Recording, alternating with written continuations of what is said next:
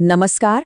चलिए आज एक ऐसे मामले को समझते हैं जिसमें एक बहुत ही संगीन आरोप था और एक ऐसा फैसला आया जिसने सबको चौंका दिया। ये एक ऐसी कहानी है जहां सच को समझने के लिए न्याय को सतह के नीचे झांकना पड़ा। कहानी की शुरुआत करते हैं सीधे इसके अंत से। ये जो शब्द हैं, ये भारत के सुप्रीम कोर्ट के हैं। एक एफआईआर, एक चार्जशीट, दोनों को रद्द कर दिया गया। सोचिए, एक ऐसा नतीजा जो अपने आप में कई सवाल खड़े करता है। जी हाँ, सवाल यही है। रेप जैसा इतना गंभीर आरोप और देश की सबसे बड़ी अदालत उसे खारिज कर दे, तो आखिर कोर्ट इस नतीजे पर पहुंचा कैसे? आइए इस पूरी गुत्थी को परत दर परत सुलझाते हैं। तो सबसे पहले ये समझना जरूरी है कि इस मामले की जड़ क्या थी। मतलब यहाँ दो बिल्कुल अलग अलग कहानियां थीं, एक दूसरे के आमने सामने। इस कहानी के जो मुख्य पात्र हैं वो सुहागी नगर निगम में काम करने वाले दो लोग हैं। एक असिस्टेंट रेवेन्यू इंस्पेक्टर और दूसरी एक कंप्यूटर ऑपरेटर। पहले वो सहकर्मी थे, फिर उनका रिश्ता बना और बाद में उसी रिश्ते में खटास आ गई। तो यहाँ दो बिल्कुल अलग अलग पक्ष हैं। शिकायतकर्ता का कहना था कि ये रिश्ता शादी के वादे पर बना था, जिसे बाद में तोड़ दिया गया। वहीं अभियुक्त का कहना था कि अरे रिश्ता तो खत्म हो गया था, जिसके बाद उसे परेशान किया जा रहा था और उसने तो एफआईआर होने से काफी पहले ही इस बारे में शिकायतें भी की थीं। अब आते हैं इस केस के सबसे अहम हिस्से पर। वो है घटनाओं की टाइमलाइन, क्योंकि इसी टाइमलाइन में अदालत को वो सुराग मिले जिसने पूरे केस को एक नई नज़र से देखने पर मजबूर कर दिया। जरा इस टाइमलाइन पर गौर कीजिए, यही इस पूरे मामले का दिल है। देखिए, अभियुक्त ने अप्रैल में पुलिस में शिकायत की, फिर जुलाई में अपने ऑफिस में। इसके ठीक अगले दिन 6 जुलाई को शिकायतकर्ता को नौकरी से निकालने का एक शो कॉज नोटिस मिलता है और फिर ठीक 1 महीने बाद 7 अगस्त को रेप की एफआईआर दर्ज होती है। ये जो घटनाओं का क्रम है ना, ये बहुत कुछ कह रहा था। और ये कोई अपनी तरफ से कही गई बात नहीं है, ये शब्द सीधे सुप्रीम कोर्ट के फैसले से हैं।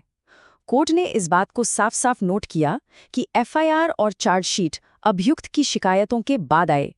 ये टाइमिंग बहुत ज्यादा मायने रखती थी। तो सवाल ये है कि कोर्ट ने इन तथ्यों को देखा कैसे?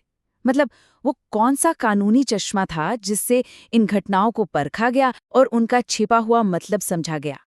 देखिए, हमारे कानून में भारतीय नागरिक सुरक्षा संहिता की धारा 528 हाई कोर्ट को कुछ स्पेशल पावर्स देती है। इन्हें अंतर्निहित शक्तियां या इनहेरेंट पावर्स कहते हैं। आसान भाषा में कहें तो ये एक सेफ्टी वॉल्व जैसा है, जो ये सुनिश्चित करता है कि कोई कानूनी प्रक्रिया का गलत इस्तेमाल न कर पाए और इंसाफ बना रहे। और इस पावर का इस्तेमाल कब और कैसे करना है, इसका एक बहुत बड़ा उदाहरण है भजनलाल केस। इस लैंडमार्क फैसले में ये साफ कहा गया है कि अगर कोई केस सिर्फ बदला लेने या निजी दुश्मनी निकालने के लिए गलत नीयत से शुरू किया गया हो, तो उसे रद्द किया जा सकता है। तो अब इन दोनों चीजों को जोड़ते हैं, एक तरफ केस की टाइमलाइन और दूसरी तरफ ये कानूनी सिद्धांत। चलिए देखते हैं कि सुप्रीम कोर्ट ने इन सबको मिलाकर अपना आखिरी तर्क कैसे बनाया और वो अपने फैसले तक कैसे पहुंचा। कोर्ट का जो पूरा लॉजिक था, वो असल में कुछ सिंपल स्टेप्स पर टिका था। पहला, एफआईआर में 4 महीने की देरी हुई। दूसरा, एफआईआर से पहले ही अभियुक्त अपनी शिकायतें दर्ज करा चुका था। और तीसरा, जो शायद सबसे जरूरी था, एफआईआर ठीक तब दर्ज हुई जब शिकायतकर्ता की नौकरी पर खतरा आया।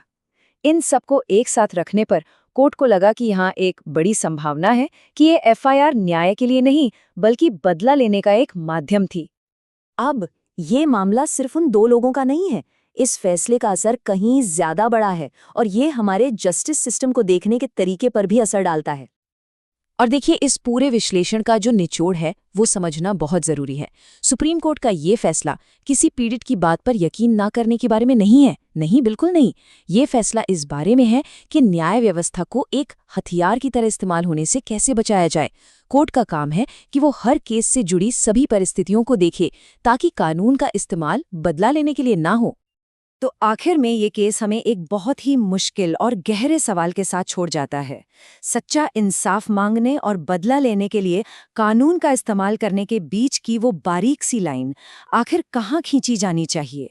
ये एक ऐसा सवाल है जिस पर हम सबको सोचने की जरूरत है।